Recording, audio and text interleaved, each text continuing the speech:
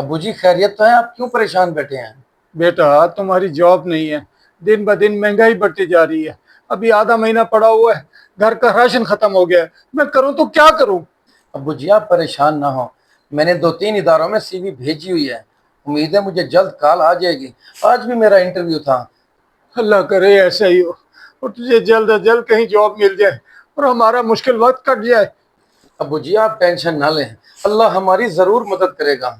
अच्छा अब मैं शावर ले लूँ, थोड़ी देर बाद फिर मैंने इंटरव्यू के लिए जाना है। आप मेरे लिए दुआ कीजिएगा। हाँ बेटा तू नहा ले। लेकिन ये तूने कैसी बात कर दी? मेरी तो सारी दुआएं तेरे लिए हैं। अल्लाह तुझे कामयाब करे बेटा।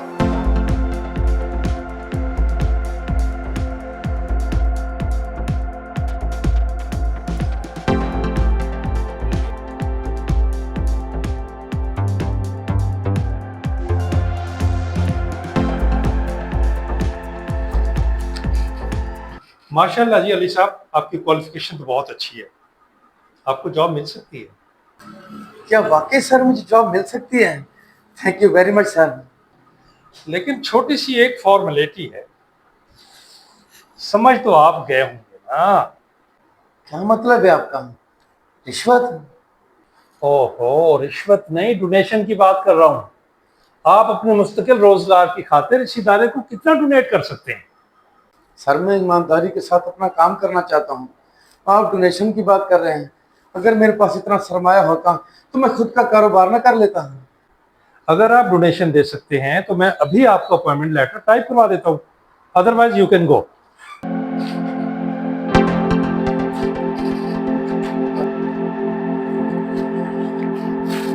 सॉरी सर, अगर आपके यहाँ पैसे देकर नौकरी मिलती है तो मुझे ऐसी नौकरी नहीं चाहिए। पता नहीं कहाँ से आ जाते हैं कंगाल लोग।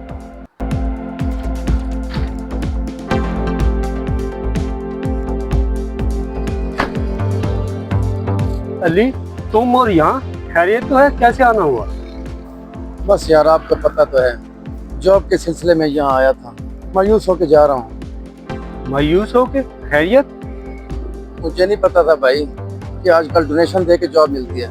मेरे पास पैसे कहाँ। यार परेशान ना हो, मेरे अबू ने नई कंपनी बनाई है, वहाँ पर मैं आपकी ये सीवी सबमिट करवा देता हूँ, आपकी जॉब हो जाएगी। मुझे दे। थैंक यू यार, बहुत शुक्रिया आपका।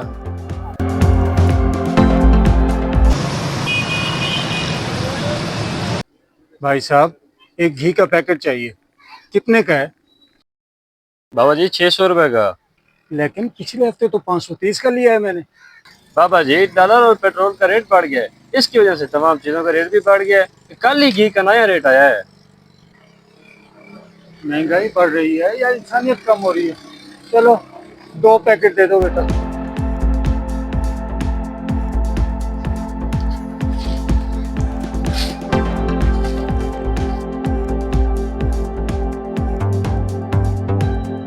ये लें बाबा जी, और कुछ चाहिए या बकाया दूं? नहीं बेटा, फिलहाल तो यही चाहिए था।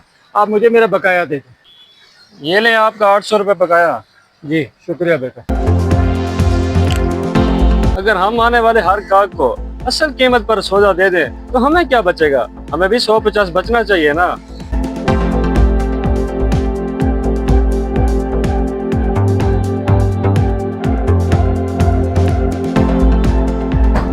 अस्सलाम वालेकुम अब्बा जी। वालेकुम अस्सलाम बेटा, जीते रहो। क्या बना तेरी नौकरी का? आज तेरा इंटरव्यू था। अब्बा जी वही जो हर बार होता है, पैसे दे दो नौकरी ले लो, वरना जूतियां घसाते रहो, कंपनियों के चक्कर लगाते रहो। तेरा मतलब है रिश्वत? तो दे देता ना, तेरी नौकरी लग जाती, घर का गुजर बसर अच्छा हो जाता। अब्बू जी मेरी एक बात सुन लें, मैं ना रिश्वत लूंगा ना दूंगा। हालात जितने मर्जी मुश्किल आ जाएं, ईमानदारी का दामन हाथ से नहीं छोड़ूंगा। लेकिन बेटा तुझे घर के हालात नजर नहीं आते? कुछ इनके बारे में भी सोच। अब्बू जी असल रोटी वही होती है जो रिस्क के हलाल और ईमानदारी की कमाई से मिलती है। आप फिक्र ना करें, और रिस्क देने का वादा तो अल्लाह ताला ने किया है, वो जरूर हमारे लिए कोई ना कोई जरिया बना देगा।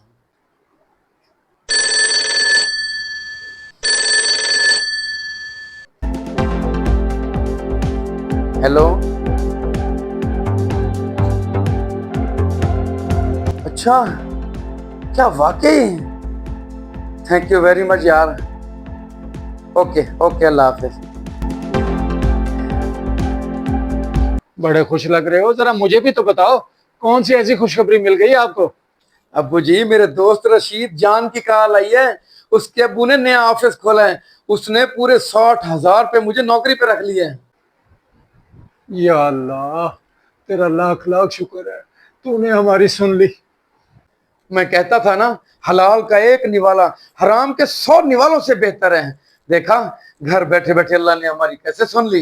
वाकई बेटा, तू बैठ, मैं जरा शुक्राने के नफल अदा कर लूं। अगर आपको हमारी वीडियो अच्छी लगी हो तो इसे लाइक और सब्सक्राइब जरूर कर दीजिए, क्योंकि ये चैनल आपका अपना फैमिली चैनल है।